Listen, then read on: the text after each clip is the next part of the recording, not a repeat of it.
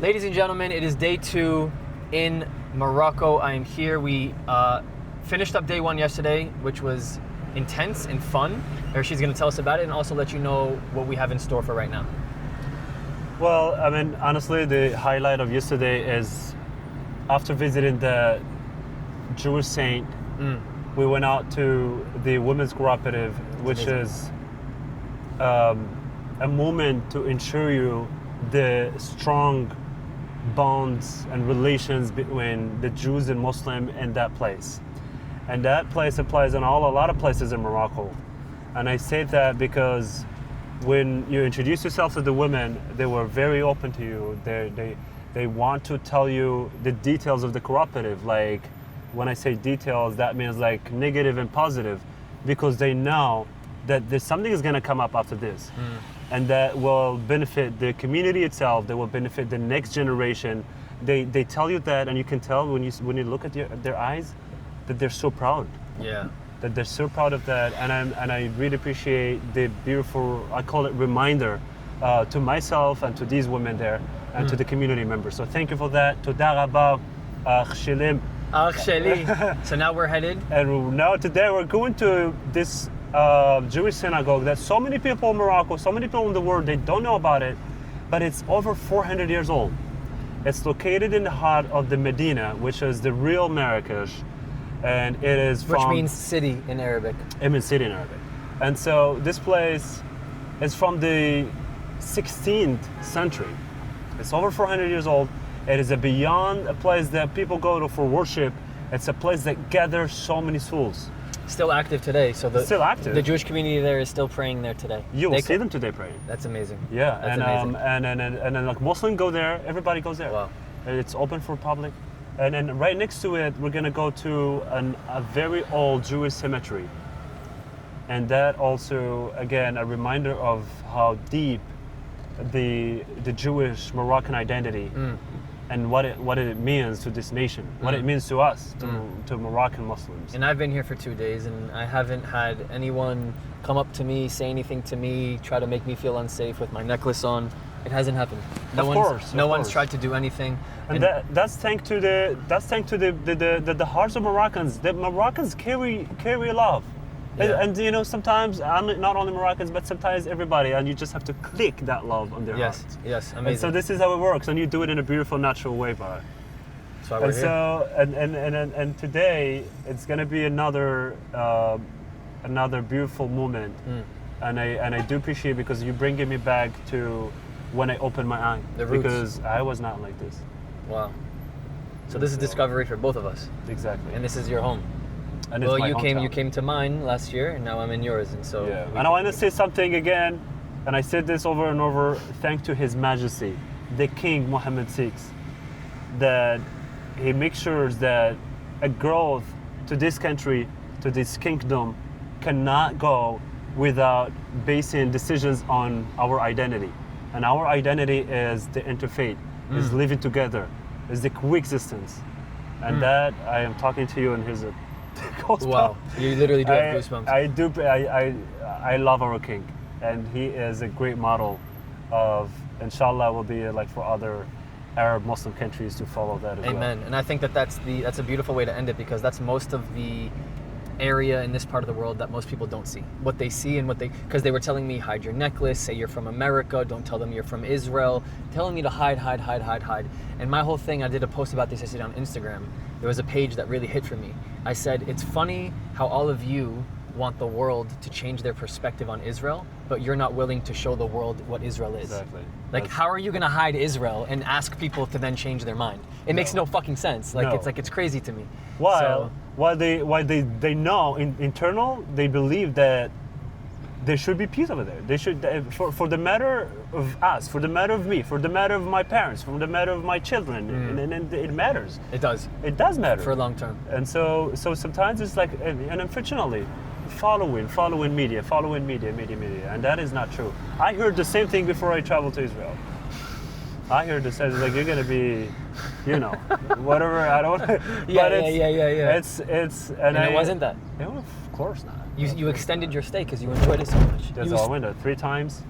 Perfect moment in my life. And that's why I don't want to come back to Morocco. Anyways, we're almost there, so stay tuned. Good intro. Day number 2. Yalla. الابيض عاوتاني. Beit Moed. So you see here, Jewish cemetery, Al Miaara. It says also called in Hebrew Beit Al-Min or Beit HaChaim, with an area of almost 5 hectares and founded in the 15th century. كل مقبرة يهودية يحضر البوليس. حتى على البوليس. والله شدوا حيدوا لي طيزهم. السلام عليكم. السلام عليكم يا أهل المكان.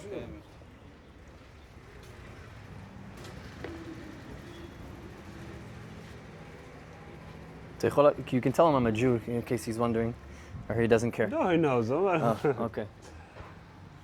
We're here now. ذلك كوهين هذو. بين منهم يعني. هو يهودي عرفت يهودي ولكن من هذا ايش من شو من واحد فيهم؟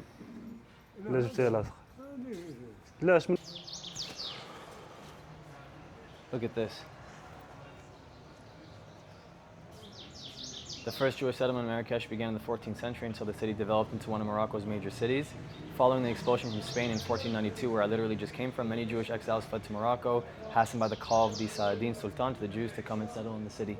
The Jewish quarter, Melach, adjacent to the cemetery, was built in 1557 in order to protect its Jewish inhabitants. In the Melach, over 35,000 Jews resided, and there were approximately 40 synagogues. The Jewish cemetery was established in 1537 after many Jews moved from Hussein neighborhood to the Melach. The cemetery covers an area of 52 hectares. I don't think I'm pronouncing that rightly, and it is the largest Jewish burial site in Morocco. We're headed to a very special place in the heart of Morocco. It is a Jewish synagogue.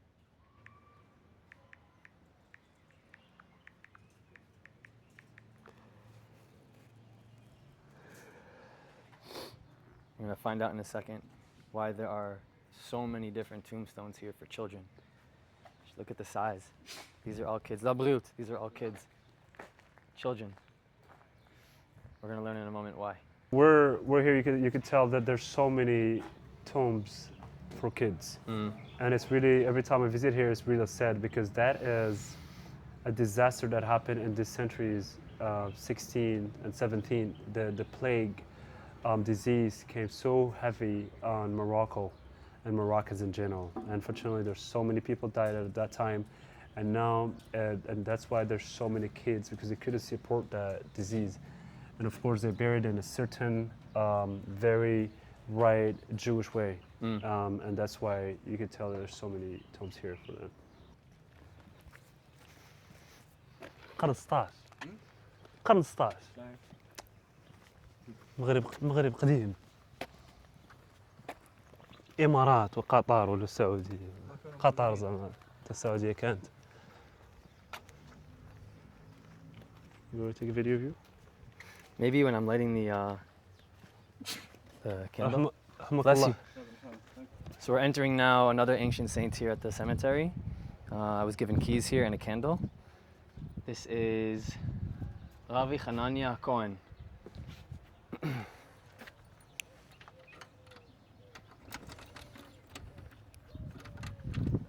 Next one.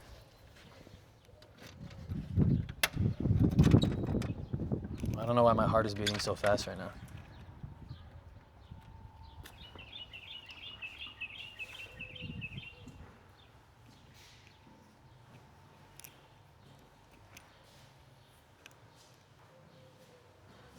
Can you tell me what it says in French there? Na lo ladlik nerot bifnim. It says don't light the candles in the inside. You just have to be respectful to the place. So like no a lot of talking and raising voice.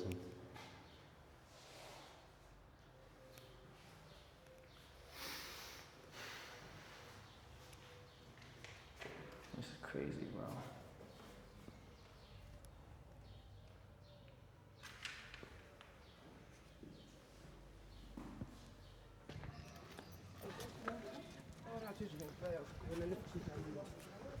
Oh, it changed a lot. السلام عليكم. سلامة الرئيس كي داير؟ لاباس عليكم؟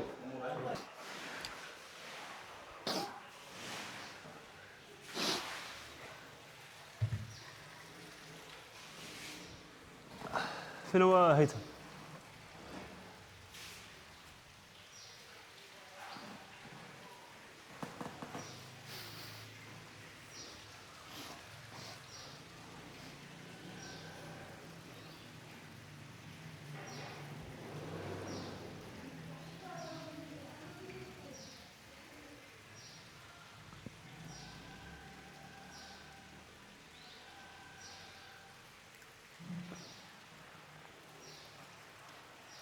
400 سنة.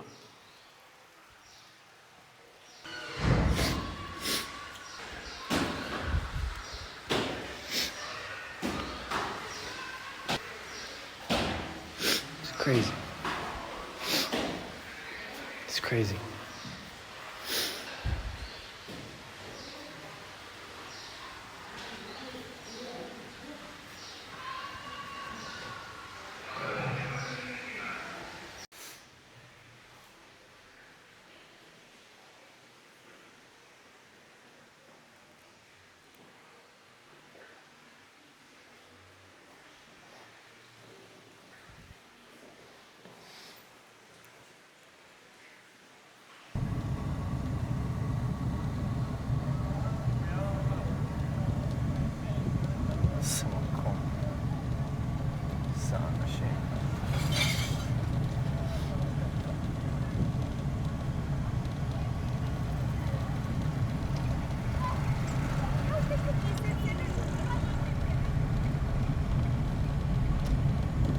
I mean,